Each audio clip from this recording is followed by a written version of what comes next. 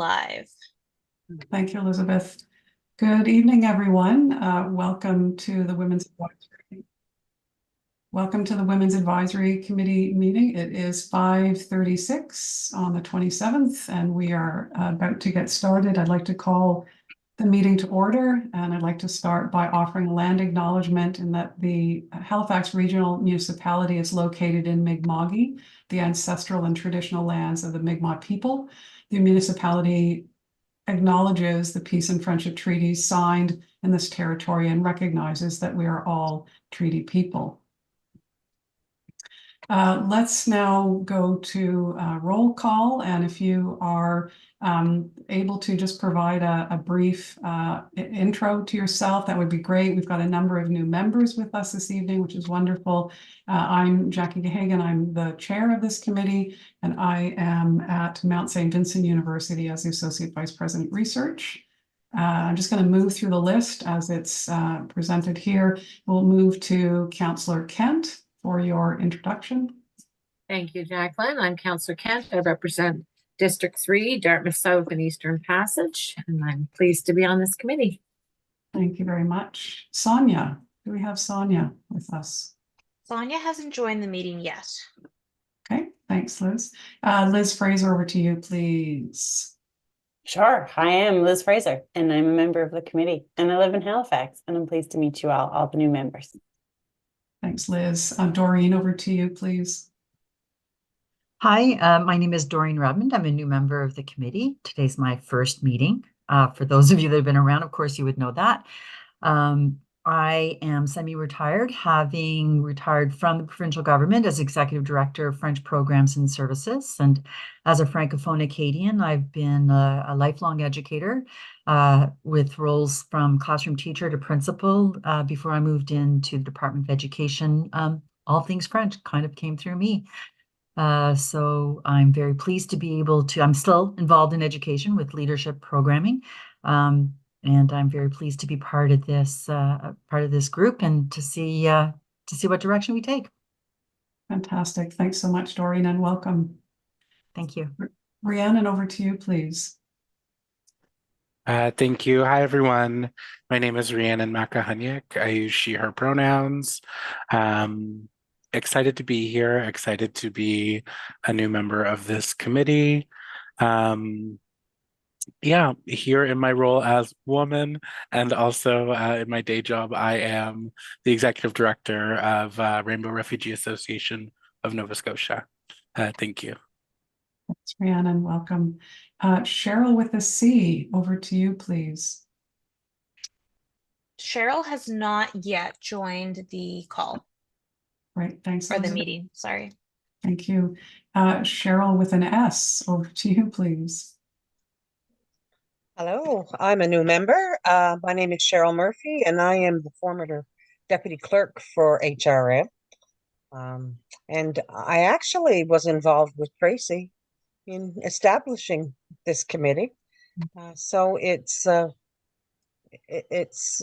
of surreal for me to be here, but I'm very interested in women's issues, and I know that I'm going to enjoy the committee and the conversations and the work that we do.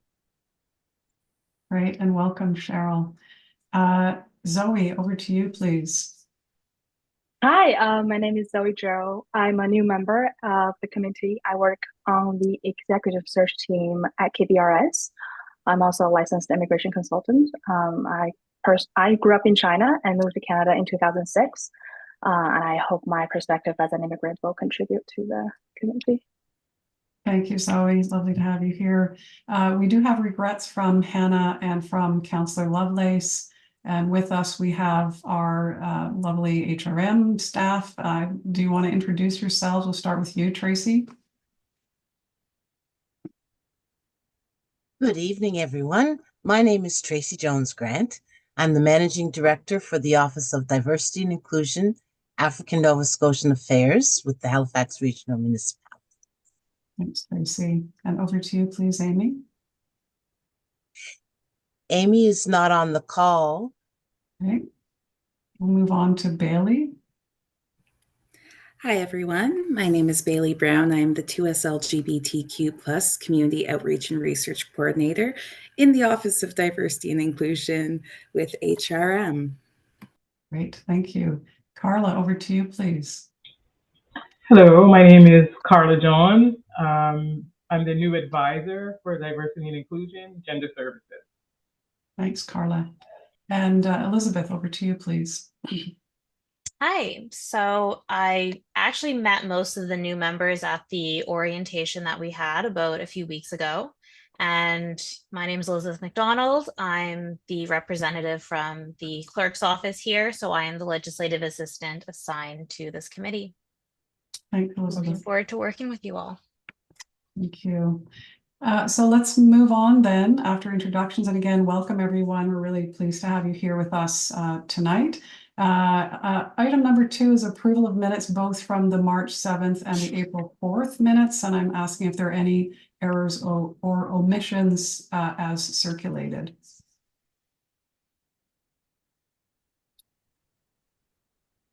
I think I'm the only other member of the committee who was also at that meeting. So I'm going to just say I loved the minutes. I move to approve them.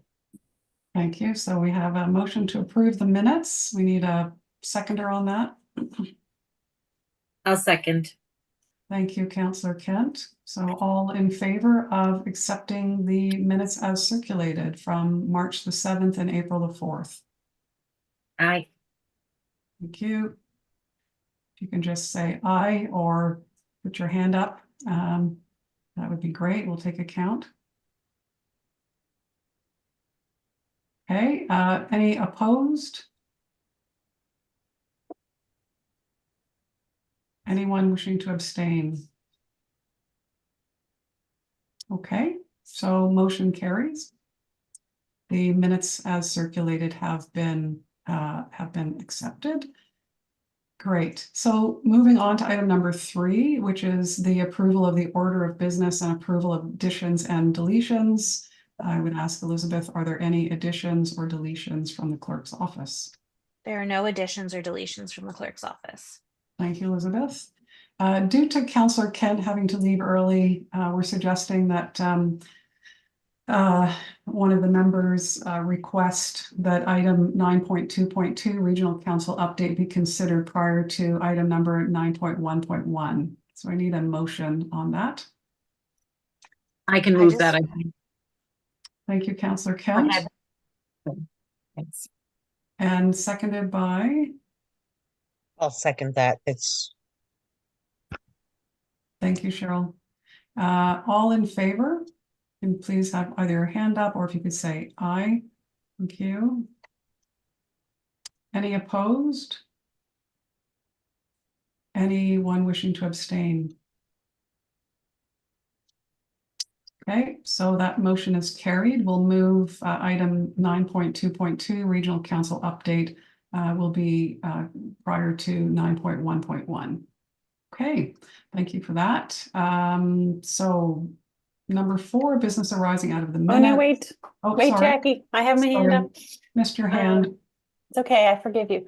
I just want to make a very tiny addition to the order of business, if I may. I'd like to add a little item at the end, if we have time, just to talk about succession planning and continuity with our new members here. I just would like to have a quick, like maybe 5-minute discussion about onboarding. I know there was the lovely onboarding meeting that I missed because I had to go to my day job like a champ. But just, you know, in terms of like helping the new members onto the committee, thinking about succession planning as people leave, just thinking about, you know, Jane just had her like last meeting as chair, and just thinking about maybe developing some processes or procedures related to that to help preserve our institutional knowledge. Okay, thanks for that, Liz. Would anyone like to speak to that? Elizabeth in particular? Yeah, so that can definitely be an added item on the agenda before we we'd have to go to have a motion that the agenda be approved as amended. And we just have to have 2/3 of the members in favor of adding that item to the agenda. And Thanks for that, Elizabeth. And just to clarify, it's my understanding that the terms of reference for succession planning and or onboarding are already part of the process, and that is already in the works. I mean, it already exists. So I just wonder, Liz, if you would be okay with not adding that to tonight's agenda, given that we started an hour later than we would normally start? We're still going for the full 2 hours, aren't we? Well, I don't know about that. Oh, okay. Well, regardless, yes, I'm happy to defer it, but I would just like to put in, and we can continue this by email in the interest of time, but I think we should give everybody who's new to the committee a buddy so that they have somebody to text if they don't understand stuff. But we can continue that by email. That's a good point. So the buddy program, as you describe it there with that label, doesn't exist, but it's my understanding that the sort of succession planning is the replacing members who step down or finish their term is already in the system, and the onboarding process is already within the HRM system, but the buddy program idea is not, so we can certainly keep that. Yeah, I just want to talk about knowledge transfer and how we deal with the people side of things, not with like, you know, stuff that people smarter than me in institutional processes are already dealing with much better than I would. So Liz, would you be willing to postpone that item and we could add it to the next agenda if we run out of steam before 7:30 tonight? Nothing would delight me more. And also in the interim, until we formalize this process, anyone may feel free to think of me as their buddy and to text or email me if they have any questions or want to send me any confused emojis. Thanks, Liz. Okay, so we will continue with the agenda as it is, and we will keep in mind the offer from Liz. Anyone who has questions, who would like to learn more about the sort of knowledge transfer and sort of succession planning, to please reach out to Liz. I'm also happy to help with that. My term is done in a year, and I think Liz, you've got 2 years remaining. Is that correct? Yeah. So you can send them to Liz or you can send them to me, and also just please. 1 year. I have 1 year. Sorry, that's my 1 year. Okay, I thought you were 2. I know I'm 1. But the issue really is making sure that there is a plan in place to transfer the knowledge that has come up throughout our time on this particular committee. And I hear you and I appreciate that, Liz. I agree 100%. That's important. Sweet. Okay. So we are moving along to business arising out of the minutes. Pardon me. I just wanted, sorry to interrupt, Chair. I just wanted to alert you to the fact that Councillor Kent's hand is raised. Sorry, I can't see that on my screen. Oh, okay. Okay. Double screens. Okay. I'm working from home. Sorry about that, Councillor Kent. Please go ahead. No, that's quite all right. And if there's a better way for us to do that, just let us know. I just want to, and I could be wrong, but I'm with the assumption that this committee is sort of following some of the basic practices of many committees. I just wanted, for this benefit of the new people, reason why this kind of is going this way because normally you wouldn't need 2/3 of the vote. That's related to adding an item on the night of the meeting. There are agenda setting meetings with the chair and the vice chair and staff, and it would be more typical, although not necessarily right or wrong, more typical for an item to be raised in advance, maybe through an email or in advance of a meeting, to get it considered and discussed at the agenda setting committee. Mm-hmm. And that allows for other people to start to think about maybe some of their thoughts on it, and for staff to come prepared with maybe some insight into the topic, but not the end of the world. And actually this, Liz, it was a really good thing that you did this, because this offers a learning opportunity for everybody. So I just wanted to help a little bit for the new members to understand a little bit of why that nuance was different. Thank you for that, Councillor Kent. Any questions on that? I was just going to say, Liz, I will be in touch regarding the item you wanted to, regarding having that item on the agenda for the next meeting. I feel like now we're going to set very high expectations for this item. Like this is literally like a 5-minute thing about like new people might feel confused on the committee, and maybe we should just assign them a mentor or a buddy or whatever you want to call it so that they can have their questions answered. And then also maybe we should think about how we do knowledge transfer at the end of it as well. In truth, Councillor Kent was very polite about saying often people are organized and email the chair before the meeting. But in this case, I just saw all your beautiful faces and then I had a brainwave and thought, oh gosh, I forgot it was their first meeting. We should have talked about this before. So that's the long and the short of that one. Thanks, Liz, and thank you, Councillor Kent. So yeah, it's a good reminder that if you do have items that you would like to have brought forward to the agenda, you're certainly welcome to reach out to me. I do meet with HRM staff and putting the agenda together. So if you have thoughts or ideas that you would like to have considered, please make sure that you let us know. And we're certainly happy to entertain those on the upcoming agendas for sure. So thanks for that. Okay, and again, keep in mind, I'm going old school here. So I have one monitor, so I can't see all the hands flailing about on my screen. So if I miss something, please unmute yourself and let me know. Item 4, business arising out of the minutes. There's Elizabeth, if I'm correct, there's nothing. Correct, there is none. Thank you. And then the item number 5, call for declaration of conflicts of interest. So we would just ask the committee members if there are any conflicts of interest to declare them.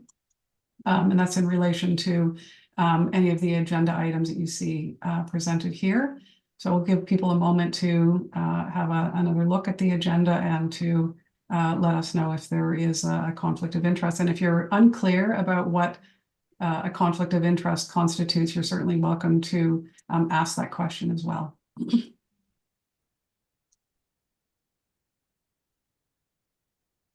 And I don't think there are any conflicts of interest in this instance, Elizabeth.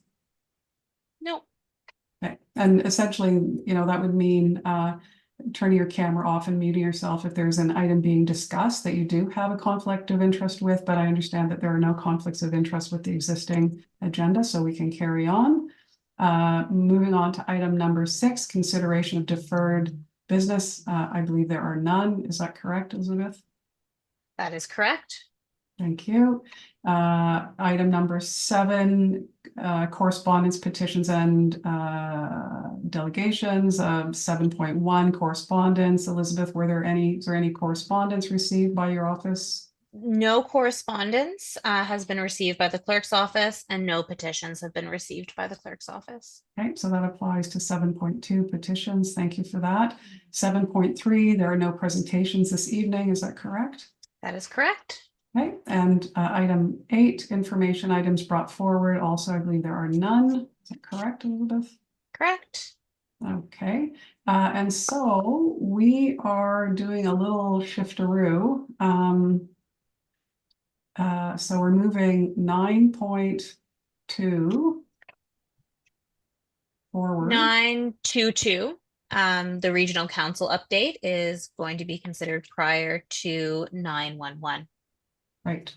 So as discussed earlier, 9.22 is regional council update, and that is we're inviting Councillor Kent to provide an update on regional council's recent activities. So over to you, please, Councillor Kent. Thank you. Excuse me. Thank you very much. I understand from Elizabeth that it's been a little while since we've had an update. So I have pulled the minutes and such from regional council. It kind of gives me a good sense of what we've been focusing on lately.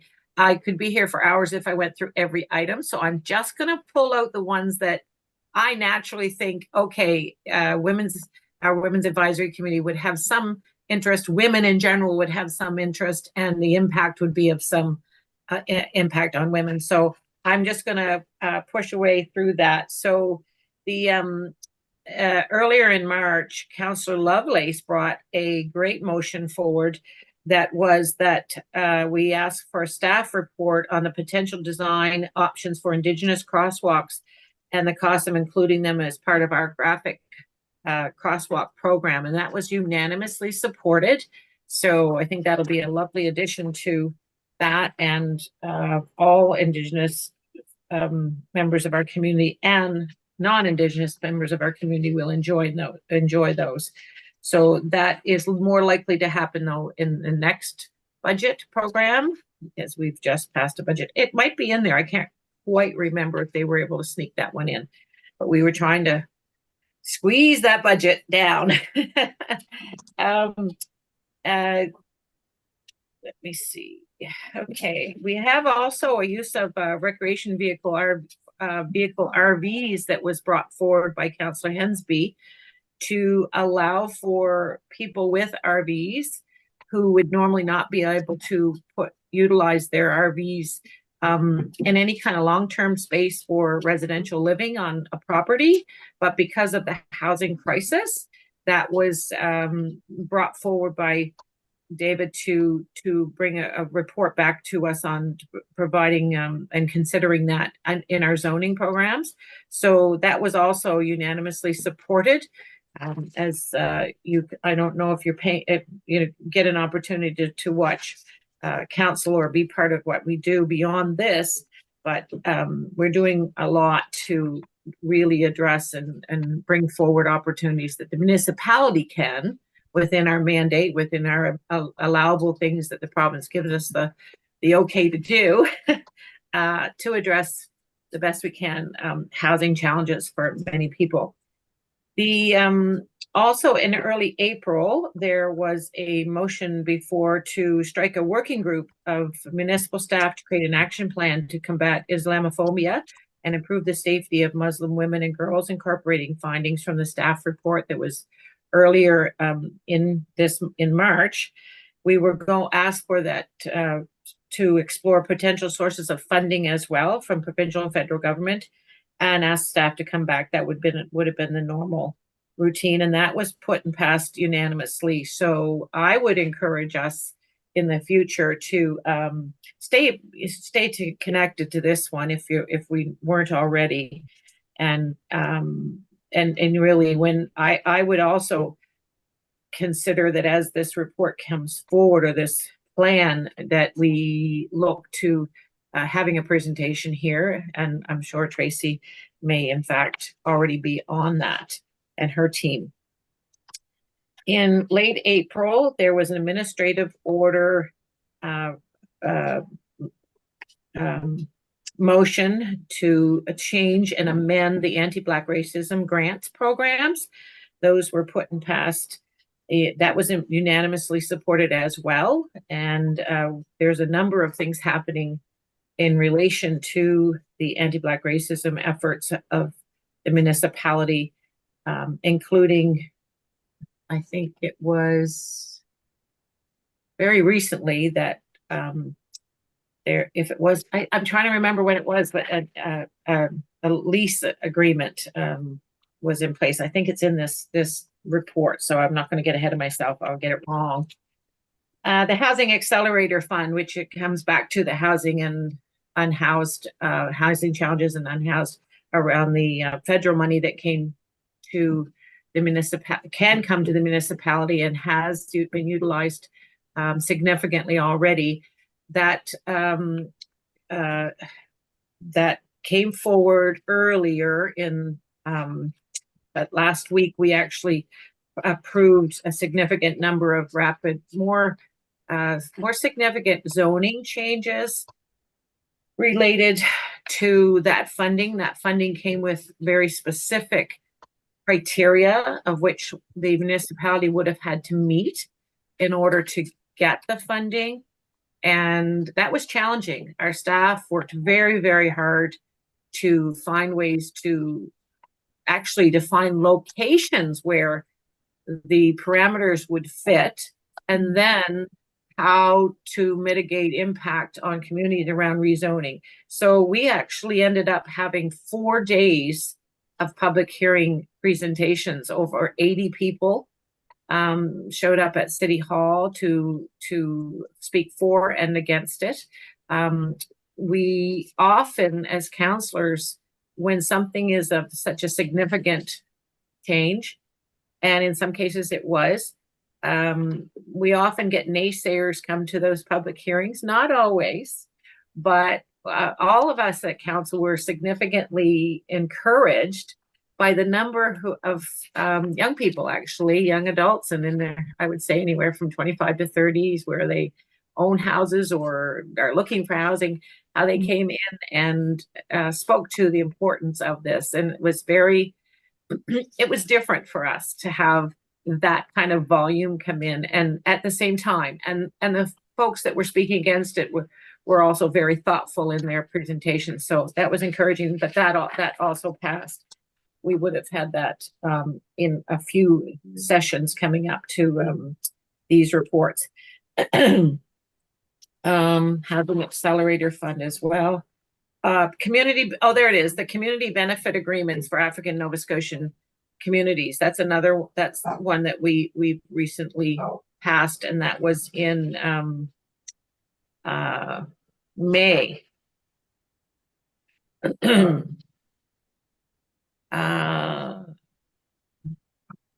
Update on homelessness. That's my dog growling in the background at his brother, in case you're hearing that. Yeah, so we also received and endorsed a community engagement strategy. So it's not uncommon over the years that I've been in politics, there's quite a few, but particularly for this level of government, for those who may not know it, but this level of government is probably the most publicly engaged level of government for its citizens in relation to bylaws, public hearings, meeting after meeting, and our advisory groups all have opportunities for the public to be involved. And certainly through our budget deliberations and significant events. So the community engagement strategy had not been updated. Actually, I'm not sure that we really had a strategy as such. And so this was good news, and it may not be perfect, but we believe it will be a better approach to people having the opportunity to be heard around important issues to them. And of course, that we as women often experience the challenges sometimes for women to have access, whether it be physical access or capacity within their own home life, to attend and or contribute in a meaningful way, and then also to be heard meaningfully, right? To be heard and valued. So anyway, this was a great exercise for the municipality to do, and well community endorsed. I know there's quite a few things here, so I just want to make sure I don't miss anything. Yeah, the budget was approved.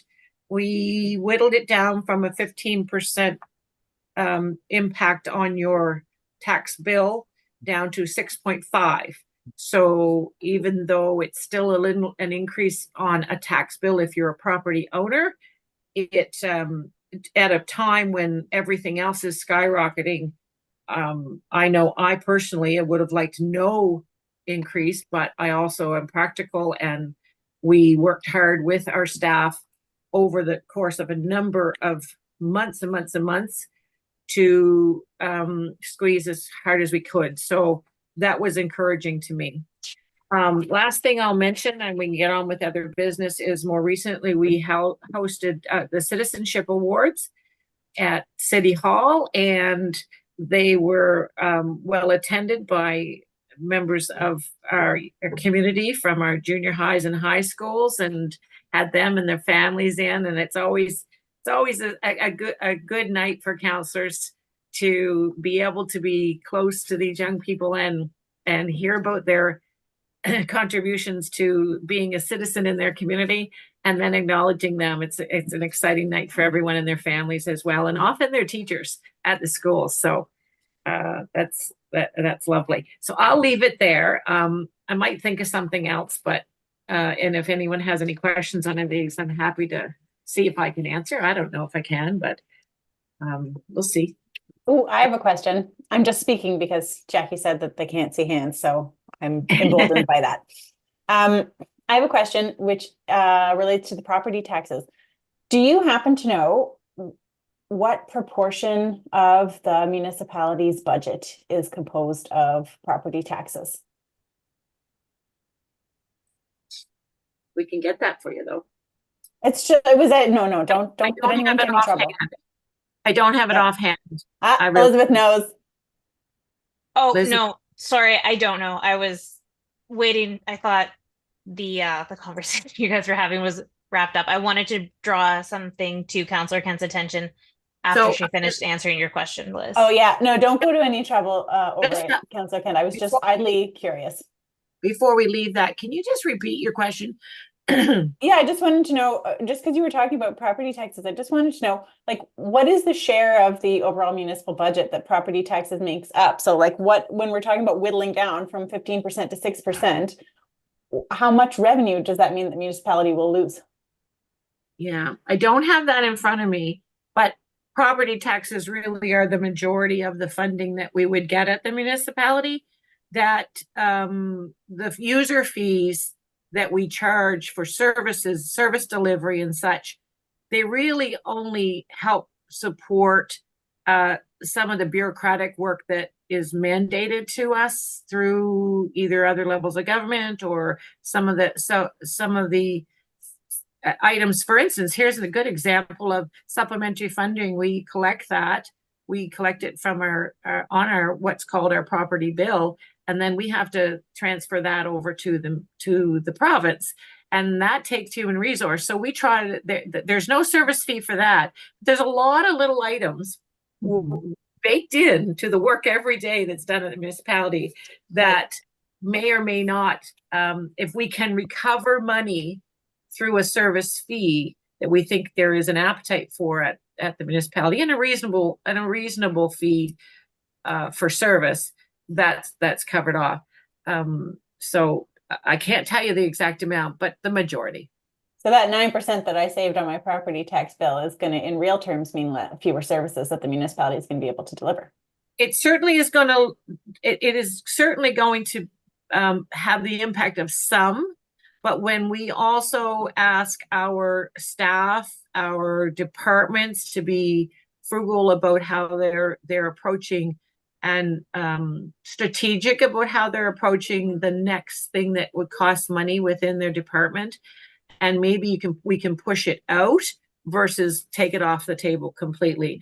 And it might, and for instance, parks and playgrounds, we have put a hold on building new ones.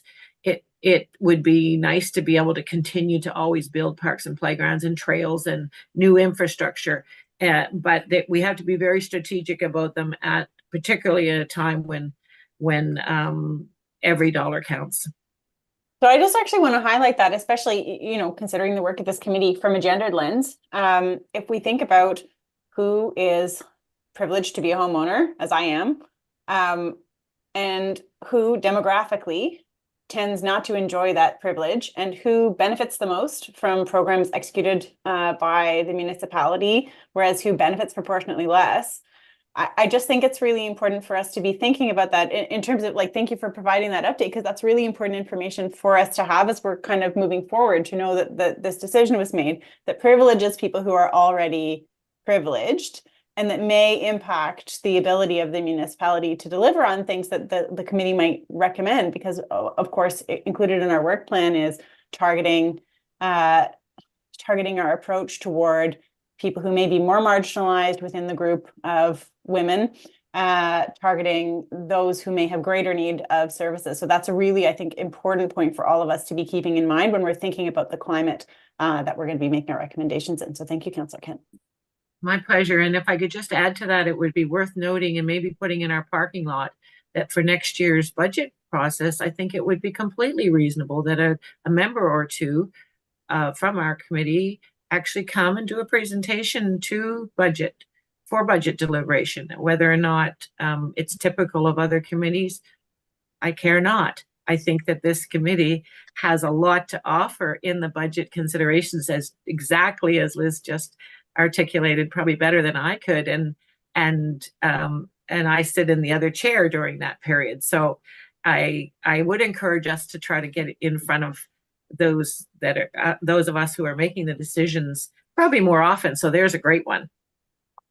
Great. Thanks very much, Councillor Kent. And thank you, Liz. You're actually the first person on my speakers list. So I'm going to move on to Doreen. So Doreen, would you have any questions that you would like to ask Councillor Kent on the report they've just provided? So Jackie, sorry to interrupt. I just wanted to draw your attention to the fact that there are 2 questions in the chat there, on the Zoom chat, and I believe one is actually from Doreen. Okay. That was all. Thank you. Well, it wasn't more a question. It was more, you brought me back to some really warm memories around the Citizenship Awards, because as principals working with our grade 9 students, that's an age group where we don't have a whole lot of opportunities for these students to really show themselves. And we make a big, huge deal about Citizenship Awards in grade 9. So I'm glad to hear from that regional, or from that municipal perspective, the warm fuzzy that came from that, because it's magnified. I can tell you that at the school level. Well, that's really nice to hear. Thank you for sharing that, Doreen. And I'm just going to let folks know that I will have to leave in about 4 minutes. Oh, Okay. because in my district, I'm going to talk to small young women in the Sparks and Embers program to talk about Awesome. community support and building and the work that I do at a very age appropriate level. But it's I think it's sort of serendipitous that it would be on the same night as I'm here in the Women's Advisory Committee. Yeah, and I would just add support to having that opportunity, and hopefully we can build in some time through this committee well before budget deliberations, so that we can organize ourselves to be able to bring that kind of informed conversation and recommendations from this group, because I, for one, I do not understand how we can build communities without public accessible recreational space that's free and safe, and especially, for everybody, including those that are more vulnerable amongst our midst. But it's just something that I hope we can build in well before that, so we have a good amount of time to discuss how we could positively impact, hopefully, budget deliberations. Thanks, Doreen, and thank you, Councillor Kent. Just before Councillor Kent has to leave us, are there any other questions? So I'm not gonna go back to my speakers list. I'm just gonna ask people to ask their questions now before Councillor Kent has to leave. Any other questions for Councillor Kent? Councillor Kent, can you provide us the date for the community engagement report, the date that it went to council, or do you have that there? Yeah.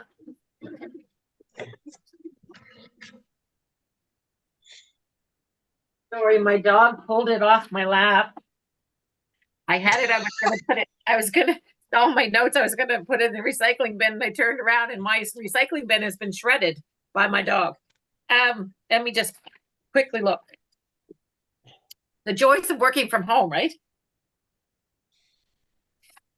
It was very recent.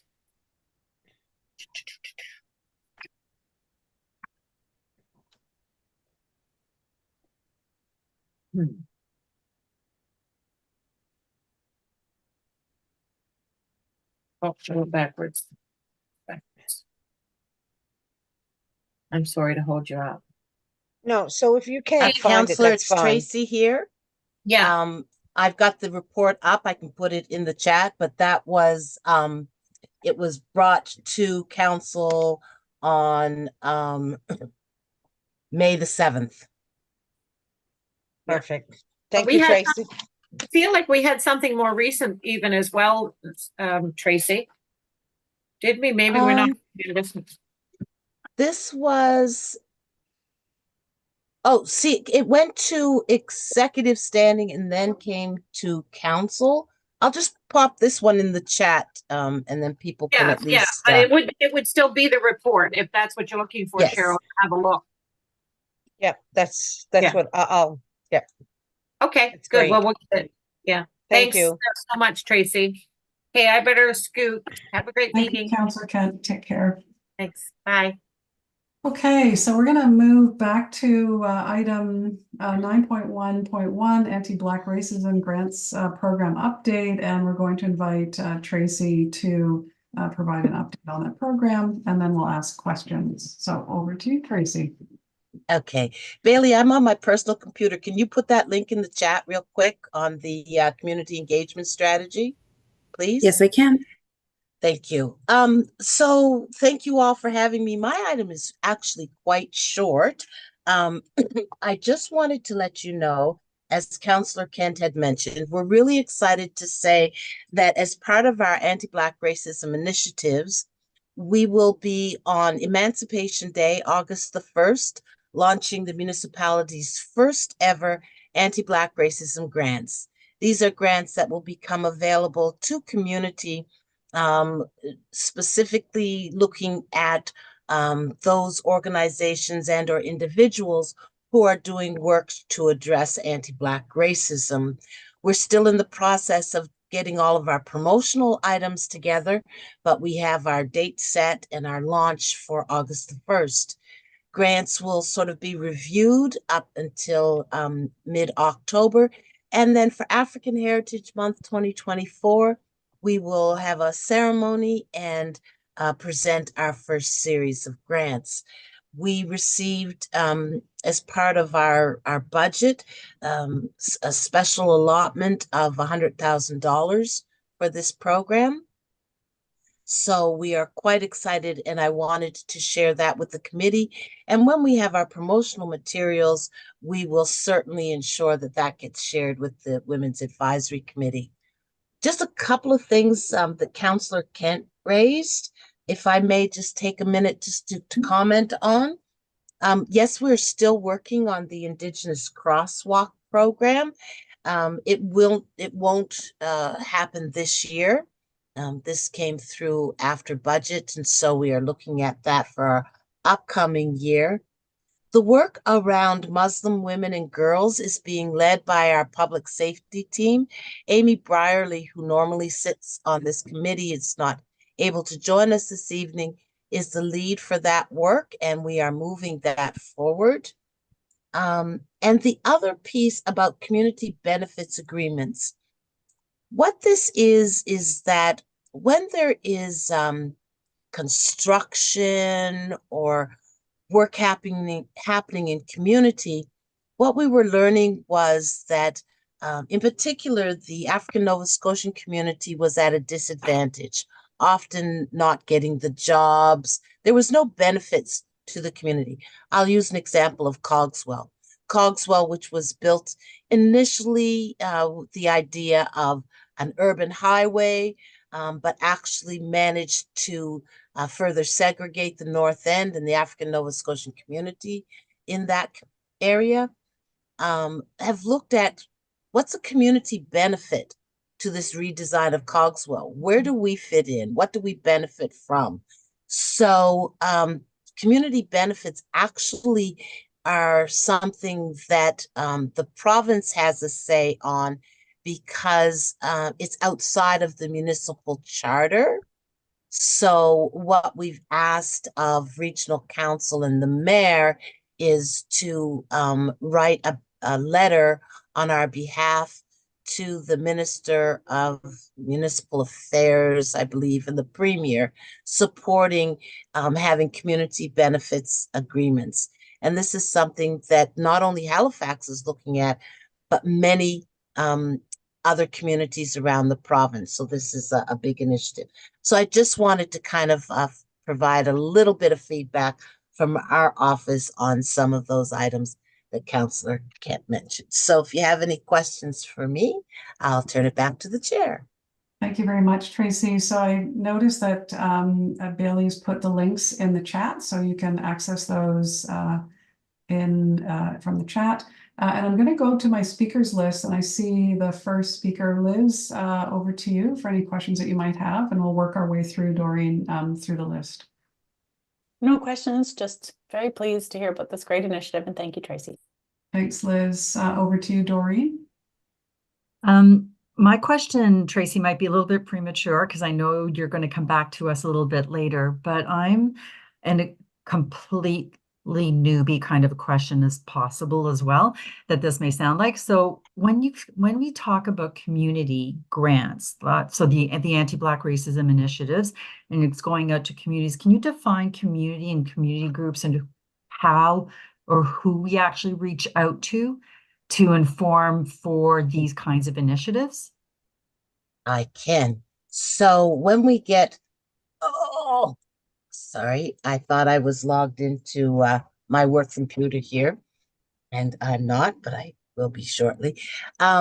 This particular program, our first year, is targeting African Nova Scotian community. So we're hoping to, in our promotions and in our outreach, reach out to African Nova Scotian community members or those who are working directly with African Nova Scotian communities. So that is a lot of our target for this first round of trying to do it, to see if, and again, it's to provide those opportunities. We have an amazing grants program in HRM, just amazing. But what we were finding was that not many members of the African Nova Scotian community were applying for those grants, or if they were applying, maybe their grants didn't sort of align with maybe what we were looking for. So we saw a discrepancy there. And because of that, and because we were given this extra money for this program, we are specifically targeting African Nova Scotian, African descent communities. As you may be aware, there is a long history of folks of African ancestry in this province, but we are not the only Black people here. So in keeping in mind with that, we're not just solely looking at providing grants to folks who have the long history, but all people of African descent in the municipality. So that's our target audience. That's this is our first time doing it. So we will evaluate, we will see how it goes. And again, African descent and those specifically working in African descent communities.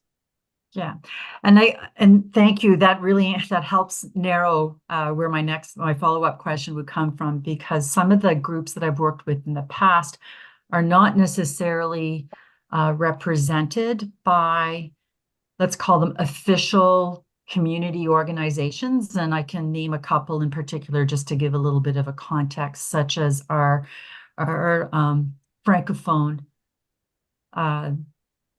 of African descent that speak French. They are more often than not represented by community centers that are known as, we're the French Association of such and such a community, and then they are subgroups within that. And quite often they get missed in these kinds of opportunities. So I'm hoping we'll be able to find ways, and it's hard, and I'm thinking of other newcomer groups too, because I do bring a bit of a French first language lens to this, that quite often they get missed, either because language is a barrier or they're just not organized or represented officially as the, French speaking African descent group. They are part of another group and they are subgroups of that. So it's just, but they would be eligible. Of how we outreach. Yeah. So it's how do we reach out to those groups? Yeah.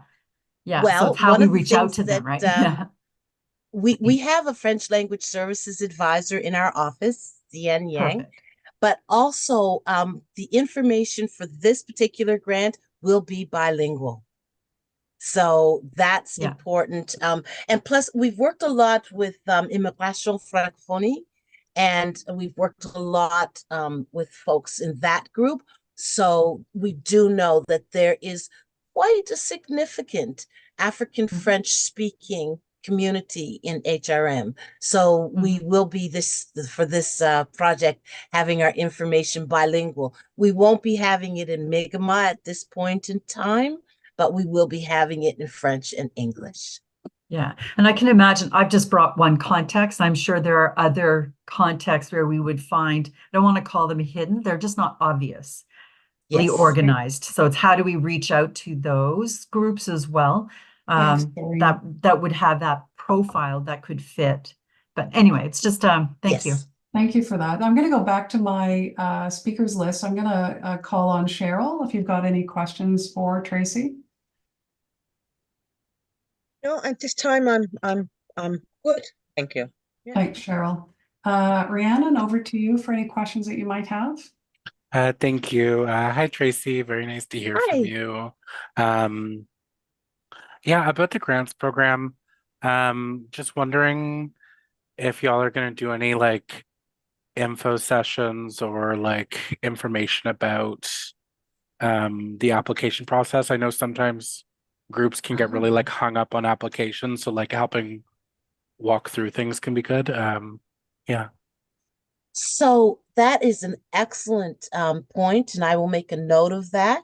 I know that we'll be doing some outreach in communities, but I'm not too sure if there'll be actual sessions, but that's a very good point, and I'm going to write it down. Thanks very much for that, Rhiannon. So we're going to move to my next person on the speakers list. So that's over to you, Zoe, for any questions that you might have for Tracy. And you're muted. Oh, there we go. Yes. So I'm completely new to the municipal programs and processes. I'm just wondering if there's any grant specific to our AAPI communities. I'm sorry, grants for which communities? Asian island. Yeah. Yeah. No, this is the first time that the municipality has done a grant specific to a targeted audience. There's a little bit of background in this. This came out of there was a big issues around anti-Black racism. And so there was at one point where our police division was going to buy an armored truck, and there's a whole bunch of things around that. And so what happened was regional council said, no, you can't buy the armored truck. We're going to take that money and we're going to put it into addressing anti-Black racism. So that's how we got the money. As far as grants specific to other cultural groups, we haven't gone there yet. We don't even know if this is going to work. This is our very first sort of targeted grants program. But, you know, it might be a good idea, Madam Chair, this might be a thought in some meeting time, to have our grants folks come in and talk about our grants, because I do know that they have a whole section sort of looking at diversity, equity, and inclusion grants, but nothing that's been specific to sort of our Asian community, our Asian Pacific community. But that's a really good point, and it might be something that would come forward through a discussion with our grants folks. Thanks for that, Tracy. Thanks, Zoe, for the question. Thank so we'll you. make a note of that, of inviting the grants folks to come and talk to our committee about the grants process at a subsequent meeting. And I see, Cheryl, you've got your hand up. Please go ahead. You're muted still, Cheryl. So I was just going to follow up on what Tracy had said, and there are you know, a great number of different types of grants that I'm aware of through HRM. And one of those, although not specifically targeted, certainly all groups could apply for them. And having our grants people come in and explain that process and what grants are available is a really great education. Thanks, Cheryl. So we'll make a note of that in the minutes, and we'll endeavor to have the grants folks come to a subsequent meeting of this committee. Absolutely. Thank you. Thanks, Elizabeth. Any other questions for Tracy before we move on to the next item? Okay, seeing none, then I would ask that we move on to item number 9.2, 9.2.1, Administrative Order 2019-004 GOV, respecting the Women's Advisory Committee and the Halifax Regional Municipality.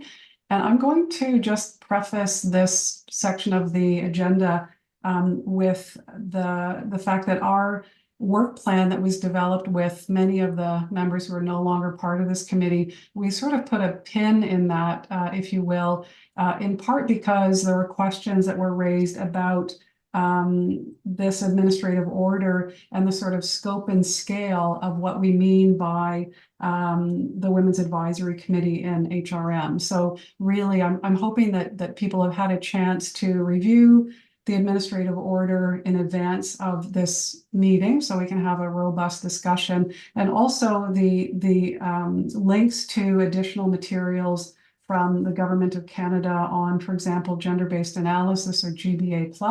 So those materials were submitted to Elizabeth, who then sent it out to everybody on this call with the understanding that that would help facilitate the discussion. And really, before we can sort of finalize our work plan, we felt that it was important that we actually have this robust conversation about what do we mean by the Women's Advisory Committee, and if we were talking about women, which women are we talking about? And if we're talking about providing advice, what kind of advice are we actually talking about? And you'll see in the administrative order, one of the things we're meant to do is provide sort of gender-based analysis on items coming forward to council. And that sort of begged the question, how are we as a committee actually embracing GBA+, the plus being intersectionality in our own work, recognizing that that's part of the expertise we're meant to bring forward in our work to HRM.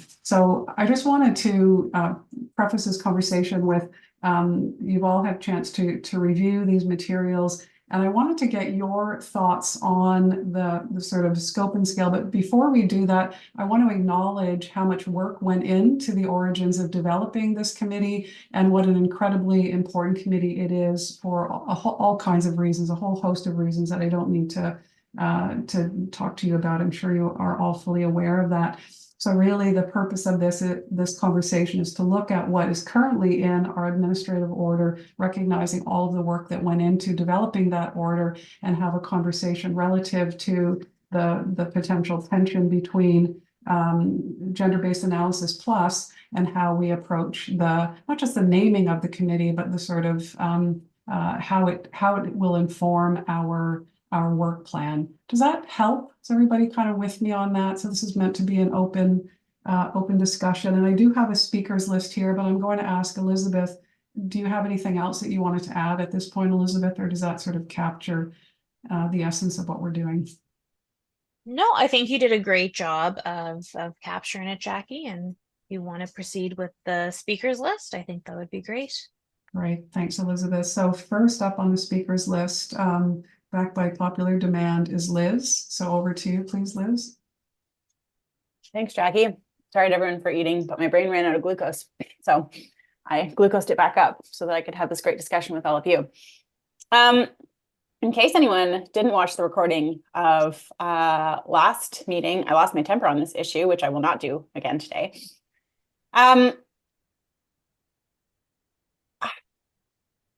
It's a tough one. And here's why. I think we fundamentally, look, I read the administrative order in more detail than it probably merits. I have reflected on this at great length. I think there is actually a lot of flexibility in the administrative order as it stands if we take a broad interpretation of the word women, or if we make a small addendum to say women and, or if we just choose some different phraseology, but I'm getting ahead of myself. I think actually the first decision that needs to be made is, what is the purpose of this committee? Is the purpose of this committee to examine and to provide insights on the impact of gender on people living in the municipality and on policies that are being developed in the municipality? Or is it to advance the interests of a historically marginalized group, which is women? Both of these are legitimate activities that have been done in different times and in different places and in different ways. But they will require different approaches. I would suggest that in either case, we would want to expand the definition of the people of interest to this committee to include women and also trans men and non-binary people. I'm saying specifically trans men because, of course, trans women are already included under the mandate of the committee. And I just really think it's really important to be specific in the language that we use. I also will just note that I use the term non-binary. I'm not going to say gender diverse because diverse is not a term that you can apply to a single individual. A group of people, maybe of diverse genders, but with few exceptions and respecting the self-identifications of some people. Generally speaking, a person can't be diverse. A person is one person. And I want to highlight that diverse is often used to mean divergent and to compare people unfavorably to an assumed norm. So that's why I'm using that terminology with respect to everyone's identifications. I think if our objective is to examine the impact of gender on policies and on people, then actually the mandate of the committee would include people of all genders, because gender impacts everybody, whether you have one or not. It's really there, and it's a really big deal in our society. So I think that's pretty well done and dusted. I think if what we're looking at is the experience of gender-based marginalization, which is what I take the original intent of the committee to be in calling itself the Women's Advisory Committee and in addressing issues specific to women, that to me is the impact specifically of being a member of a gender that has been marginalized over time. And I think it would be exceedingly difficult to argue that trans men and non-binary people are not members of a marginalized gender. But cis women are. We could talk at length, but I will spare you about the experiences that members of various gender have in common and that are disparate between various genders. And we could all debate about that very happily until we were blue in the face. But I think what it boils down to is either we're examining what is the impact of gender on policies and people, or what is the impact of being marginalized due to gender identity on policies and people. And either way, I think we can't say this is for women only. Thank you for coming to my TED Talk. Thanks, Liz. Next up on my list, Sonia's not here.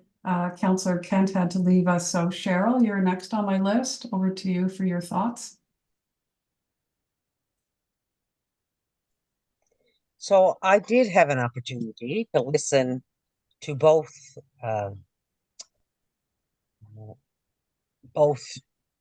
videos, and I was particularly interested in the, I guess it was the April one, but where you said that you lost your temper, but I didn't see that anyway. You got passionate, perhaps. I didn't see you losing your temper. So because I am a woman of a certain age, I kind of understand where the other individual was coming from. Women made advances based on their own hard work, right? And it wasn't as there wasn't the same type of focus on other genders, on other colors, other, ethnicities then as there is now. So we made advances, and it looks like we're going backwards again. So I understand where she's coming from in terms of, the need to focus on women. But I have to say that in my heart, I don't believe if we can't have equality across the spectrum, we won't have equality anywhere. Mm-hmm. Like we can't do it one at a time. It has to be equality across the spectrum. And that doesn't mean that if you're a man, woman, if you're non-binary, if you're trans woman, trans male, if you're whatever your ethnicity, I don't think we can any longer do it one at a time. I think we've come as far as we can in equity without involving everyone. Thank you, Cheryl. Thank you very much for that. Those comments. Next on the speakers list, Rhiannon, over to you, please. Yeah, thank you, Jackie. Thank you for your words, everybody else as well. I also did go back and watch the minutes or the videos from the last two meetings and read through this administrative order to get a little bit more informed about this. I think from listening to these conversations and thinking about this a little bit, I think it is just this discussion about, you know, what is the objective or the purpose? What's the scope? I think that you know, continuing to center women while also bringing other people who are marginalized into consideration is probably the way to go. You know, there's enough room for everybody to shine, so to speak. Yeah, I don't know. I think it's just kind of the thing that makes sense to include gender diverse or, you know, people of different genders within this kind of gendered lens. Similar to how I think about when the term like gender-based violence is used. It's like how is that viewed from different lens of you know, this gender magnifying class and what are the different impacts. So interested to see, I guess, beyond just kind of like talking and thoughts, what kind of like practical next steps would be on this. Thanks, Rihanna. Appreciate that. We are moving over to Zoe on the speakers list. Zoe, over to you for your thoughts, please. Hi, so I read the minutes and I think referring to earlier, Cheryl, I think one of the big thing is rather than equality is more about equity, where people are giving the undiscriminated treatment. It's like having the even playground. And I do agree with the view that it should be focused on women's issues, but including other marginalized groups, gender-based especially. And I think historically women have always we've always stood alongside other marginalized communities, and I think it's as someone who grew up in a country where women's rights and welfare have different interpretations and standards as Western, for example, Canadian standards, and the treatments I've witnessed, treatments of, for example, gay and lesbian communities and even transgender communities. And from what I've read, women always have more compassion, more understanding with them, and I think it's appropriate to include those issues with our discussion. Thanks, so we appreciate that. Yeah. Those words. And I think, Doreen, you are the last person on my speakers list. Over to you, please. My mind is swimming, and I thank you so much for the enriching conversations. And I did have a chance to review the videos. I'm also going to preface this that I spent 6 of my 8 years at the provincial government developing and working with communities in Nova Scotia to develop an inclusive education policy. And the conversation that we're having here is closely reflecting that. So I've got a couple of questions or comments, and one has to do with, it's really hard for me to speak too intelligently on this for me today, because I don't quite have an understanding of the whole, where our committee fits with other committees doing similar or dissimilar work. So for me to pronounce myself on what I believe should be, how do we define who we are representing? To me, it's almost like we're speaking, for me, I'm speaking in a void, because I don't know, like I can't, when I look at Women's Advisory Committee, I'm seeing a certain perspective, but at the same time, I'm also trying to dig deep and understanding that that perspective is but one within what women, whether we're looking at traditional definitions or where we've evolved to today. So there's so many different layers to that I would need a little bit more information as to how we're situated. It almost feels like we're trying to define who we are, yet it's almost, it's above our pay grade that should be having, I'm using those terms that should also be involved in this kind of a conversation. Because we report to and we advise to another group. So it would be important to know what they want to see from us.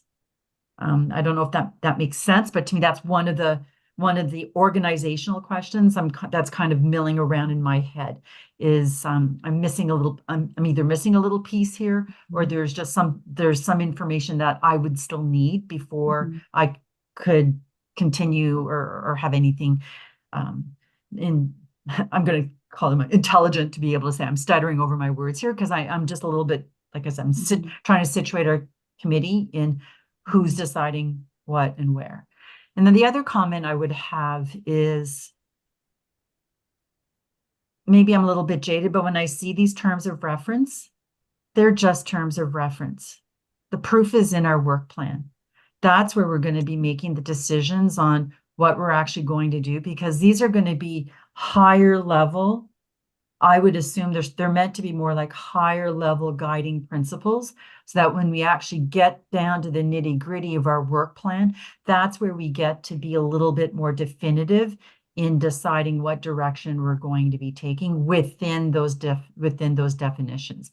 So those are my 2 cents worth on those kinds of things. Thanks. Yeah. Thanks for that, Doreen. Thank you. And I wonder, is Tracy still with us, Elizabeth, or has she left the meeting? Tracy is still in the meeting. Yep. So I don't want to put Tracy on the spot per se, but I do know, fun fact, Tracy was very involved in the inception of this committee, and she may be able to speak to Doreen's question about how does the role of this committee compare to other committees, just so we can figure out.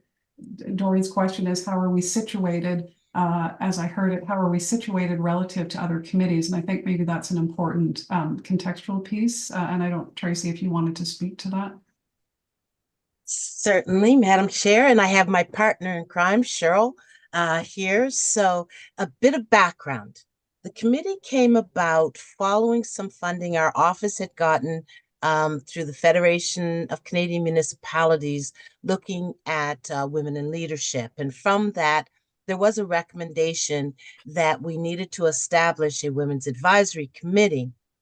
And this committee was to advise Executive Standing Committee, but ultimately it's kind of like advising Regional Council on the work that they do. There was a couple of pieces that I just wanted I was hoping I'd get an opportunity to speak to. Where the committee fits is, it is kind of, you're reporting to Regional Council or you're making recommendations to Regional Council. But then it comes back to, well, what am I making recommendations on? How do I know where I need to give my feedback or my input? So part of the role that we try to play as staff is to bring forward, this is coming to council, or we think this is of importance. The other thing you talked about was lens. Like, is this just the gendered lens? But one of the big pieces, and Cheryl may also be able to speak to this, is that when we were looking at this committee, you know, we wanted the lens of diverse individuals, gender diverse individuals. So we called it Women's Advisory Committee because when you think about when it was established, coming out of FCM and the money, that was kind of where we were sitting at that time. But as we've grown, so for example, I don't have a women's advisor on my team. I have a gender equity advisor, so that we're looking much more broadly, much more inclusive in the work that we're doing in relation to gender equity. One of the things that I would probably say that really should guide this committee, and it's something that we don't often use. So we have this budget book that we put together, and in it, it lists council's priorities and administrative priorities. And when you look at what the council priorities are, you should be saying, are they looking at this? So one of the council priorities, for example, is housing and homelessness. Are we really looking at that through a gendered lens, through an equity lens? So I really agree with you, Ms. Doreen, that the proof is in the work plan, what you determine you're going to do. But you have another tool that can help you say, okay, if we are advising regional council, then let's advise them on those things that they have identified are their priorities. Halifax, housing and homelessness, public safety. I don't have it in front of me, so I'm probably rambling, but these are the things that you want to say, we need to have a gender equity lens on these things. So when you're doing that work, we want to see it. We want those presentations. We want to provide our feedback and input.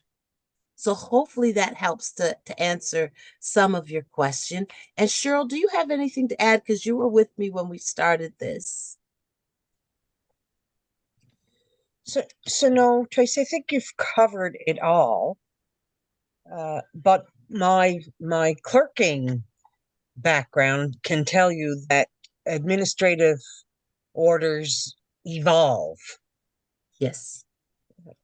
What a committee starts out as is not necessarily where a committee will land.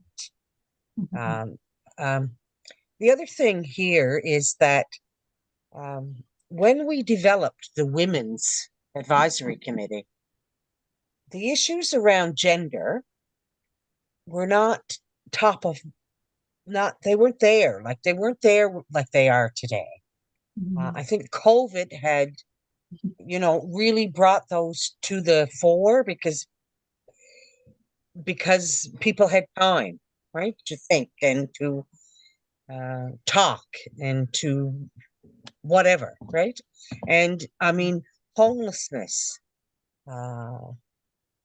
food safety, all of those issues that, impact marginalized folks came to the top. So all of the gender issues came to the top. So think that this is a natural evolution of and whether we do it specifically in the admin order or whether we just say women, like really long women, I don't think it makes a whole lot of difference, except that if your admin order includes certain people, then you have the authority to take on issues and make recommendations on those. But if you if you don't make it general enough, who are we excluding? Right. If it's too specific. Thanks, Cheryl. That's very well said. So I think we have Doreen first and then Liz. So over to you, Doreen. if it's, and Cheryl, what you just said about, women include all women, well, women also include men, because if we can't get men understanding what women's issues are, we're hooped, right? So we need to be able to, yes, we're bringing a certain lens. And one of the things that that tweaked for me, Tracy, when you were speaking, is, and maybe this could be woven in either through our work plan, or it can be woven in as an objective, is how are we developing those lenses for everybody to use? I mean, we're still here as advisory, but how are we ensuring that everybody in municipal politics, be they councillors or staff, are using these lenses in their work? They wouldn't be experts, but I'm thinking of a Know the Signals document. It was called Know the Signals, that was developed by the African Canadian Services Division at the Department of Education with the province. And that's a tool where everybody is responsible for ensuring that they've got non-racist materials in their classrooms. I'm just using that as an example. So everybody has that responsibility. Certainly it was directed and informed by the groups that were expert in that area, but it became a responsibility for everyone. So that could also be one way for us to be able to get to something that is a little bit more equitable, working with other groups, because we certainly cannot be the only committee advising council on issues of equity. Because that's, in essence, I think what we're talking about here. We're not the experts on that, but we are part of bringing our lens to that conversation. So I think it would be incumbent upon us somewhere in there is, how are we reaching out to these other groups as well? And how are we working together as a collective to ensuring that we are acting in a more inclusive manner for everybody? Thanks, Dory. So one of the pieces of work that Carla, and poor Carla has just joined us, only 3 weeks into the work. Carla is our lead for gender equity services. And a key piece of work that Carla will be working on is to develop the corporate gender equity strategy. So while we're doing a lot of stuff on the internal, and the strategy also, it'll get vetted for this committee, a whole bunch of vet places, but it's also something that is approved by regional council, so that everybody then becomes accountable in some way. So there is that piece of work that Carla will be leading us through. So as you talk about how do we get everybody, we're also we do internal training in the organization. We encourage everyone to at least take the GBA Plus training. So there's things that we're doing on the administrative side. So that's kind of the internal side. And then there's pieces that really the political side, we don't necessarily, we're not able to tell the political side what to do, but we can bring forward recommendations. And finally, I'm not sure if this committee is aware, most recently, Councillor Kent didn't mention this, the committee of council approved diversity, equity, inclusion, and accessibility lens on regional council reports. So we have a new lens that requires council not to just write a report from one sort of perspective. And so we are rolling that out organization-wide. So that work is happening, and we can always present it sometime and tell you more about that lens. But that is sort of our way of influencing council. So council reports will have to have a DEIA lens on them. That's great. That's super helpful information, Tracy. Thanks for that. And Liz, I see you've been patiently waiting with your hand up. Please go ahead. Kind of you to ascribe patience to me. I just want to say a couple of things. Thanks everybody for this great discussion. I really appreciate it. I feel worried that we may be drifting a little off track, like when we're talking about, okay, but then how do we get everybody on board with this idea of gender equity? Like, yes, absolutely. But I think that's a little orthogonal to the question of who actually is it that is within our mandate. And I don't want to lose the important point that Cheryl made, which is that the administrative order is what gives us the authority to do a thing. And if the administrative order gives us the authority to speak to women's issues only, then we can try to shoehorn them in, or we can say the word women very long, which can I just say, I actually really super endorse just adding a lot of different M's to the middle of the word women and making that our change. I would love to do that.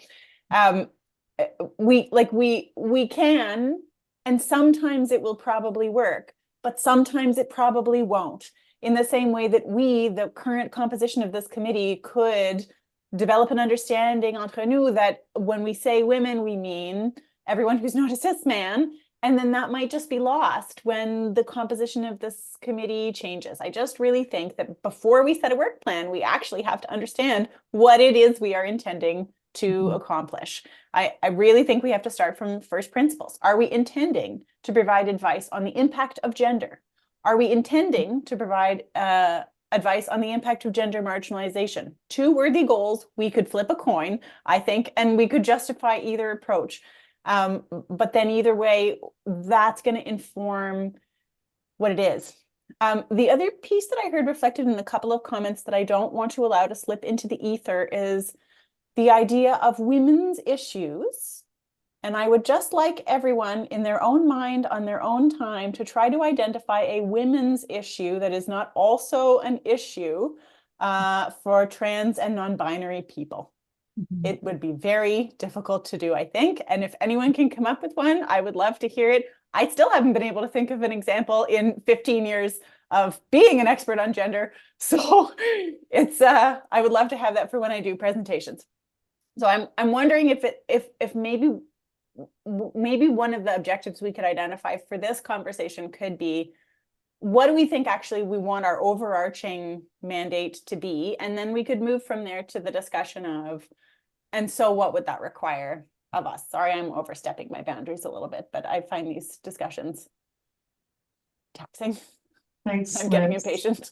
Thanks, Liz. So I'm just going to, so I appreciate everybody's thoughtful comments. I also appreciate Tracy and Cheryl's sort of background piece to this. And I think, to the question of what is our overarching mandate, as I understand gender-based analysis plus, the plus is intersectionality, and intersectionality from my perspective speaks to issues of equity. So from my perspective, and this is my humble submission to you after listening to everything that I've heard, is that we think about both the administrative order and the direction that we take if we are known as the Women and Gender Equity Advisory Committee, which would allow us to look at the plus in intersectionality, which includes a whole bunch of things beyond women, quote unquote. And I think that is actually part of our mandate. And if I'm not mistaken, when we've had this conversation and we start talking about the intersectional analysis, anti-Black racism, violence against Muslim women, unsafe spaces for gender diverse people, unsafe bathrooms, simple things that people just take for granted, that you can go safely to any bathroom and not fear physical or verbal harassment from people. So from my perspective, I would humbly submit for your consideration that we change the name of the committee to the Women and Gender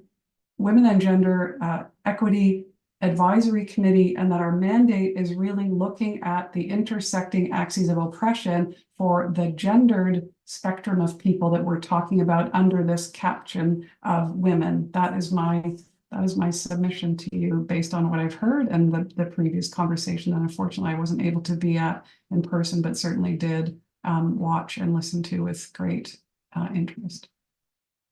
Hear, hear. Where? I'm going to suggest that we look at something Elizabeth put in the chat.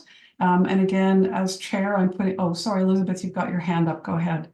Oh, I was just gonna say I didn't realize I didn't have the title from you before, Jackie, that I just wrote it down, Women and Gender Equity Advisory Committee. Is that correct? I That's just what I'm wanted to add that proposing. to the motion that I was gonna put in the chat there. Right, So just thank you. stay tuned for that. I will put that in the chat with the title as well. So I think Can this will I- answer, sorry, I think this will answer the question that's been raised by a few people about what is our mandate. And I believe firmly that what I've heard is a need to be as respectful and inclusive of diverse experiences that intersect with gender. And I feel that if gender-based analysis, we're supposed to be the quote unquote experts, if you will, in gender-based analysis, and bring that lens or those lenses to the work that we do in service to HRM. And I feel that that will help us find our magnetic north to Liz's question, like what is our mandate? And if our mandate is GBA plus, we take an intersectional lens. I think we can go back to our fledgling work plan with a fresh set of eyes, with some new perspectives around the committee table, and rethink how we're approaching our work plan for the coming year. And that would give us, I think, a direction and a mandate that actually fits with some of the component parts in our executive order. So, we're putting that out there, and I see Elizabeth is madly typing. So I'm going to open it up to the floor if somebody wants to put a motion forward. If we need to have more discussion, that's fine. So what is the will of the committee? Over to you, please. I really love, Elizabeth, that you used my language in the motion. I feel very flattered. I feel very seen and appreciated. Elizabeth's got to stick together. Now that I've said that, I want to tweak it a little bit if I can. Because I really love what our illustrious chair has just said, which is the idea of having our mandate, which perfectly answers my question and I think makes things very clear, be examining the intersection of gender and oppression. So instead of saying that it be amended to include transgender men and non-binary individuals, we could say something like, to clarify that the role of the committee is to provide advice on the intersection of gender and oppression, or something that you'll think of better than me, and then to change the title. But to avoid that specificity, what I'm specifically keen to do is to keep it quite broad, following the advice that you always want your legislation to be as vague as possible, because that will give us the maximum latitude, right? And it's a double-edged sword, because when there's maximum latitude for interpretation, that means that a future committee could also choose to really shrink the mandate.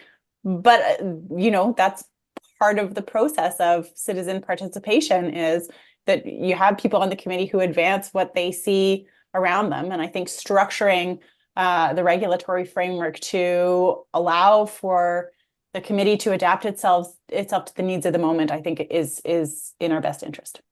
Thanks, Liz. And I see Rihanna, you've got your hand up. Please go ahead. Yeah, thank you very much. I do really like changing something in structure to be more like women and kind of this gender equity lens. I do have reservations on basing something on like gender and oppression.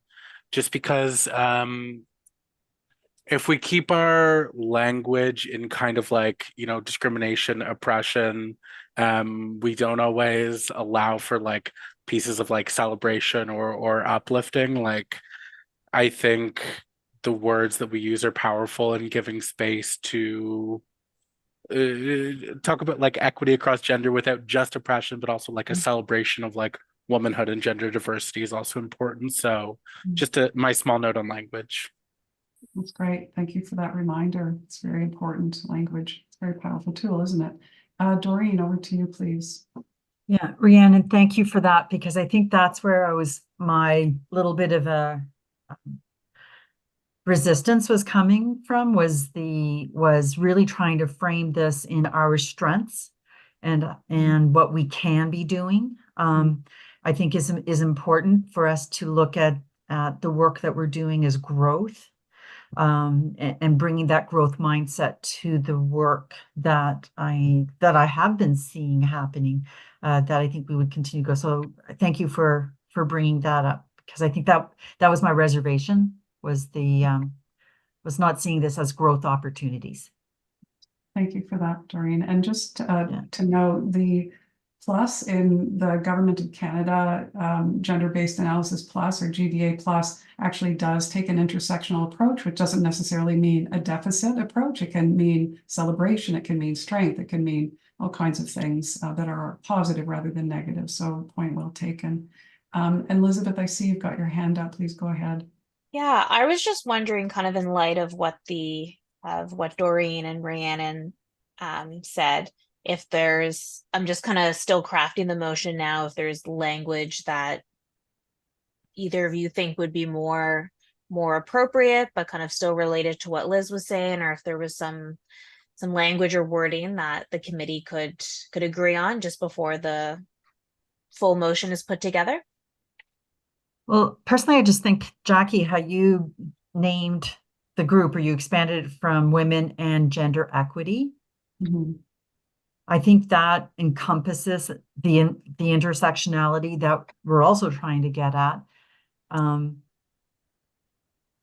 Period. I'm not sure if that's enough, but I think just leaving it at that and then having the work flow from there could be a way forward. Not sure. I think so. And I think if we include intersectionality, so that's part of, as I said, the Government of Canada GBA Plus, and the plus being intersectionality. So if there's a way to put some messaging around intersectionality, so we're not pulling this out of the sky or a rabbit hat, we're actually pulling it out of federal government commitment, which is a long-standing commitment to gender-based analysis through an intersectional lens. I think that's kind of what I'm trying to articulate. And I don't want to put Carla on the spot, but I'm wondering if Carla wants to speak to this, since this is Carla's portfolio, or area of expertise rather. I think I should defer to the people who've had this conversation and have it seems like it's been ongoing. So I don't want to not bias people, but I have my own thoughts, but I think that they've all been covered in the discussion so far. Okay. I'm leaving that as vague as possible. Okay, thanks, Carla. I just, again, we're doing the best we can to be true to the intention of the original administrative order, but we're also trying to be more inclusive and respectful of that sort of intersectional approach to various forms of gender-based oppression and gender-based strength. So that's essentially just, making sure that we don't have to then have this conversation again, saying, oh gosh, if only we had listened to Carla 6 months ago or whatever, we would have landed in a different place. But if people, so thank you, Carla. Appreciate your sage words of advice. So are we? I see a couple of hands, and then I'm going to ask that we go to the motion. So I'm not sure who is up first, but I'm going to go with you, Sherelle, because you're the first on my screen. So go ahead. You said me, Jackie? Yes. Cheryl? Oh, okay. I'm just sitting here thinking, we're just wordsmithing this at this point. Yeah. And if we had something in front of us, perhaps we would be able to wordsmith better. So maybe if Elizabeth could provide. I'm putting something in the chat right now. I just wanted to get as much feedback as possible from members if anyone had ideas. Thanks for that. I'm going to turn it over to you, Liz. Cheryl, you took the words right out of my mouth. When we get to the point where we're dickering over the details, we know that we've landed the main point, and that's the piece that's important. I think actually let's just take it back to basics. We're talking about gender equity. Let's just say, and it's committed. The committee's committed to furthering gender equity, and then that's the whole thing. I want to make it clear for the record. Let the record reflect, and I expect to see this in the minutes, that I am a wholehearted proponent of a strengths-based approach, and I always want to leave room for resilience. But let's just say, but I also, at the same time, and I also expect to see this in the minutes, I don't want to lose that marginalization piece, right? Because the strength that comes from the margins is a particular strength. Mhm. And the strength that is born from oppression is a particular strength. And I worry a lot. And again, like many years of working clinically from a strength-based perspective, like I'm really into it. I can't even tell you. But sometimes it can shade into almost like a Pollyanna, like what doesn't kill you makes you stronger, and like it can take away from that, from looking at things as they are. This is orthogonal to the discussion, because my recommendation is that we just say that the responsibility of the committee is to advance gender equity and call it a day, and then we all know what we all know. But I didn't want to lose that piece in the conversation, because I think it's really important. I think it's important to celebrate strength and growth and progress, and how far we've come, and how much we can do, and how much we rely on each other and ourselves, and all the beautiful things that are within us. But I think it's also like really important to acknowledge that a lot of stuff is quite bad. And that a lot of the strength to push back comes from being crushed under a rock. And I don't think we should lose sight of that piece either. There's room for both. I agree. Thank you for that. And, you know, our mandate is also to look at policies. And so I'm suggesting that we dust off the gender-based analysis plus Government of Canada how to manual, and actually lean in and use that tool as a way of understanding whether or not HRM policies, et cetera, are meeting that threshold. And if not, using that as part of our mandate to suggest some alternative means, because we're trying to be responsive, inclusive, and reflective of diverse experiences and realities. That's really, I think, what we're trying to do in this committee. And I think using a tool that is well known, again, by Canadian officials, it shouldn't be kind of that much of a stretch. We're not kind of cooking this up. We're actually using a tool that the Government of Canada has made a commitment to, and we're using that to inform how we do our work. I did put a motion in the chat, another motion in the chat, if anyone wants to kind of take a look at it, wordsmith, etc. Just put another Thanks, Jackie. Yeah, sorry, it's Justice Canada has a nice bit on GBA plus and how to use it in the policies sphere. So I thought that might be a nice, you can actually see the application of that tool in that context.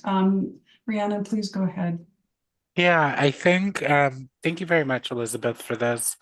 I think that this does speak to like the spirit of what we were talking about today, and that the revisions can take into account things like, you know, duties incorporating, you know, having a lens for oppression and celebration and different things. But that in general, this statement kind of captures the direction to move in for revisions of this advisory. Thanks, Rhiannon. I appreciate that. So we need oh yeah, Cheryl, go ahead, please.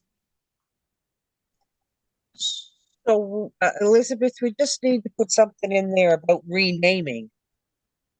I mean, it says to amend it, but it doesn't say to rename the title or whatever. Okay, I meant that's that was called. supposed to, when I put Women and Gender Equity Advisory Yeah. Committee, that's what Yeah. I was referring to, but Yeah. I can reword it to make it more clear. Yeah, and the rest of it is fine. I mean, gender equity considerations are just where it is. Yeah. And then presumably what happens after our motion passes with flying colors and the executive standing committee loves it is that then we get to somebody rewrites the policy, and we get to have input into the amended AO, so we can wordsmith that to our little heart's content. We could have a whole meeting about that. Yes. So once Well, sorry. not quite. Cheryl. Our legal department will take it, or the HRM's legal department will take it and have a look at it, make the amendments, and send it off to council. Well, Right. now hold on. Well, then now. Well, why'd you go and tell me that, Cheryl? Because now we actually have to think about whether we want to be very specific about what we want to see included instead in the motion. If we're not going to get a chance to clap eyes on it again after the motion passes. We were so close to ending the meeting early, Cheryl. What are you doing? Okay, so yeah, we have 11 minutes. Madam Chair, Yes, please, Tracy. just as far as the whole AO itself, I believe any changes, so my office would sort of take the lead on making changes and all of that. And I believe we can bring it back to this committee for their eyes. So what we're doing first is amending the name of the committee, correct? Yes. And then the second step, because even if we change the name, the content of the AO is still the same. So if we're looking at the actual AO and there's recommendations, I believe my committee would, do what this committee is recommending, et cetera. And then we'd work with clerks and with legal to make sure we haven't said or done anything that breaks any legal rules or clerk rules or however that works. So if I'm correct, this first step is about changing the name of the committee. But we also want to ensure that the body of the AO reflects what this committee feels it needs to reflect. So you haven't done that tonight. Tonight you just made sure you want a motion for executive standing committee to change the name. And then if we're editing the AO, then there's another step where, you have to look at the words within the AO to make those amendments, which would be done with my office in consultation with clerks and legal. Thanks, Tracy. Actually, what I think I read in what Elizabeth has written is that not only is there a recommendation to change the name to include gender equity, but that change name be reflected throughout. Like, so whenever we're referring specifically to women, we're actually talking about women and gender equity. So there would be a little bit of work, and there might need to be some, I can see where legal is going to really need to take a look at that to make sure that we're not getting ourselves into any kind of trouble there. But really, I see this as narrow in including that concept of we're expanding women advisory to women and gender equity, not beyond that. That's my understanding too. So that means the label on the tin and the contents in the tin need to match. So that's my impression. And I see you've got your hand up, Elizabeth. Please go ahead. Yeah, I just wanted to get some clarification on that as well. My understanding was that the terms that the committee wanted to pass a motion to both change the name of the committee and change the terms of reference. Yes. In AO1. Okay. Yes. That is correct. Tracy, do you have any further advice on that? I know you just spoke to that. I'm sorry, I got sidetracked. What was that, Elizabeth? Oh, again? sorry. So I just said that it was my understanding based on the committee's discussion that they would like to pass a motion to both change the name of the committee and change the terms of reference. And a few people just said that was correct. Yes. What are your thoughts on that? So we're changing in the terms of reference everywhere where it just says women to include women, to include what we're proposing. I don't think that's going to be a big thing. It's if you're changing the meat of the AO, if we want to go back and sort of revisit the meat of the AO, then that's something that my office would have to be engaged in with this committee. So I think this is a fairly thank you for the clarification. Yeah, this is a fairly straightforward change. And again, legal would definitely have a look at that. I wouldn't have to do anything because it's almost like a search and change type of piece. I will paste a revised motion in that case in the chat. That will be one other motion. And sorry for whoever I just spoke over. No, it's me. You're perfectly at liberty to do that. I don't actually know that it's going to be a search and replace, just because there's like the actual AO like has some stuff in it that it probably is just going to need a little bit more tweaking. But Tracy, with your explanation of how the process would go, I think we can feel confident that we don't need to settle it tonight. So Elizabeth, whenever you get the final version of that motion into the chat, baby, I'm ready to move it. And then what I'll do is I'll just have to have, well, it won't be me. I'm sure this work will be done by Carla and crew. We'll have a more detailed look to make sure that it is properly reflective. And Elizabeth, you're also involved because we have to do a track change whenever we do this type of document change. And the good news is, folks, because there's always good news at the end of a 2-hour meeting, is that it already makes mention of gender-based analysis in the existing AO. So I think we're good in that regard, because my concern was how do we actually get GBA plus in there, but it is in there, and that was my concern. So that's to Liz's question about what's our magnetic north. I think we have that, and I think changing the title and making sure that the title is congruent with what we've discussed here. I 100% trust Tracy and her colleagues to make sure that that happens. And then the next order of business is for us to put forward the motion, vote on the motion, and once that is done, we then need to get back to our work plan, which was a draft work plan, and that with those fresh eyes, with our new fresh committee members around the table, and those of us who have less fresh eyes because we've looked at it many times, can go back through our work plan for the coming year with this conversation in mind. That would be our next order of business for our next meeting. I will just give Elizabeth a chance to do her magic, and then we will pass it over, I think, to Liz. You're going to put forward the motion. You bet I will. And are we saying, I think Tracy, you just mentioned this, that women in the administrative order, or in the terms of reference rather, be changed to women and gender? Don't make it that specific. No. I love the thing you said about reflect gender equity considerations, because then it gives us room to play. Carla's going to take it and do some great stuff. LSU is going to have a ball. It's going to come to us and we're going to say we love it. But I think if we make the motion too specific, we're just shooting ourselves in the foot, because nobody has their best ideas at the end of a 2-hour meeting. Let's wait and come at it fresh and leave ourselves room for latitude. I like it. Okay. Is that all right? Yep, I'm going to paste.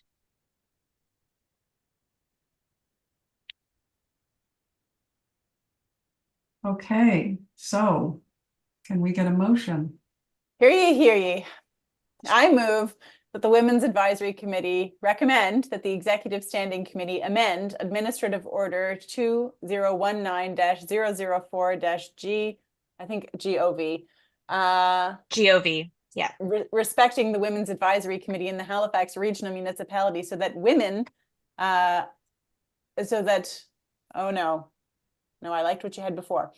To include gender equity considerations, and that the committee name be changed to Women and Gender Equity Advisory Committee. That is the motion that I will make unless someone objects strenuously.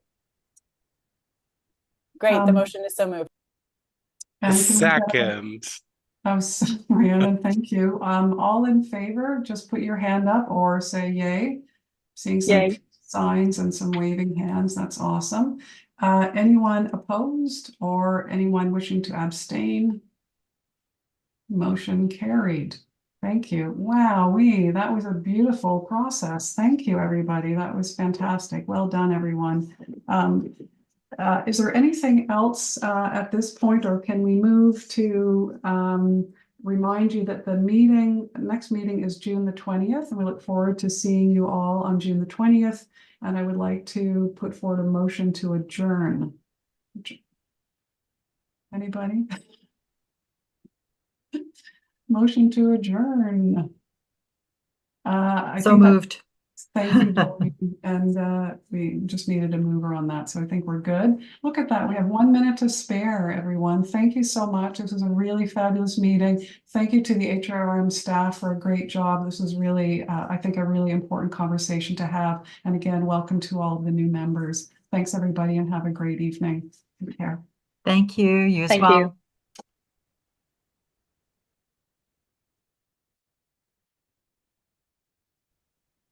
Thanks, Elizabeth. You're a Thank you. superstar. Bye.